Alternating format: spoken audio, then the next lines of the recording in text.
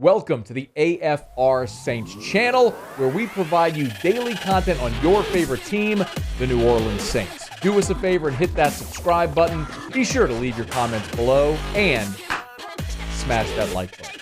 Who dat? We learned on Tuesday Cam Jordan is tested positive for COVID-19, so he's been added to the COVID list. The COVID-19 reserve list. It was added Monday. Sean Payton met with reporters on Monday and talked about when they first learned of Cam Jordan's, or when his first positive test was. No, I don't have that yet. I'll know tomorrow morning. I could call and get it right now, but I'll get an update in the morning. I have a feeling it was today, but I'm not. I don't want to say that with certainty. So here's what we know. Cam Jordan is fully vaccinated and is asymptomatic, which is great news. If he can produce two negative tests, then he can rejoin the team. And Cam Jordan is the type of guy that you really don't need Cam Jordan to practice. What's the old Mike D line? Practice is for the unskilled. When you are a decade-long veteran in the NFL and you've never missed a game in your career, Cam Jordan doesn't need a week of practice before this game against the Jets. If he's ready to go on Sunday, you put him in uniform and you go. But he's got to be able to produce two negative tests. So here's hoping he can do that. And look, part of me just wants to throw my hands in the air and say, whatever. Like, the season is just, it's what it is. This has been a snake-bitten season, which was derailed early by the cap issues, which gutted the Saints' depth. Of course, you would have loved to have been able to re-sign Trey Hendrickson. You would have loved to have had Emmanuel Sanders back. You would have loved to have had guys like Malcolm Brown and Sheldon Rankins on this team. But the cap issues that you kicked down the road for years and years and years put you in a situation where you had to say goodbye to players that were really good players and guys that were rotational players and added depth. And it made you paper thin if you got past your frontline starters. And then when you had injuries to Mike Thomas and Alvin Kamara and Jameis Winston and Quan Alexander and Marcus Davenport, like, you just know the drill. You see what's happened with this team.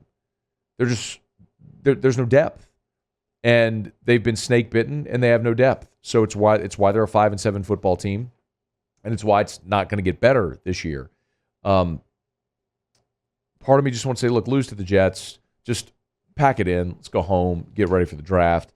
I know the Saints can't do that. They're professionals and they're playing for contracts, and they still got to get out there and play the games and prepare to win games. But realistically, I don't know what's left out there for this team. But what is on the line is Cam Jordan's Ironman streak. He has suited up for 172 NFL games. He has played in every game of his professional career since all the way back in 2011 when he was a rookie. I mean, Cam Jordan has never missed an NFL game. He has been the picture of durability at a very physical position where that doesn't often happen. The only other player in the NFL right now that has a comparable streak is Ndamukong Suh, who has the same length of streak as Cam Jordan, except he was suspended, if you remember, in 2011 for 2 games. So when Cam Jordan's streak began is when Suh missed 2 games. So Cam Jordan at that position is the longest current Ironman streak, 172 games. He's never missed a game in his career, and he started all but 1. He started 15 of the 16 games his rookie year, and he started every game since.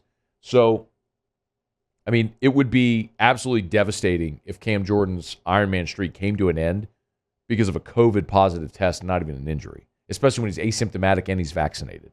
So my hope is that before Sunday, he can produce 2 negative tests and be out there with his team and ready to roll. But if not, Carl Granderson, Jalen Holmes are the only healthy defensive ends out there for New Orleans right now.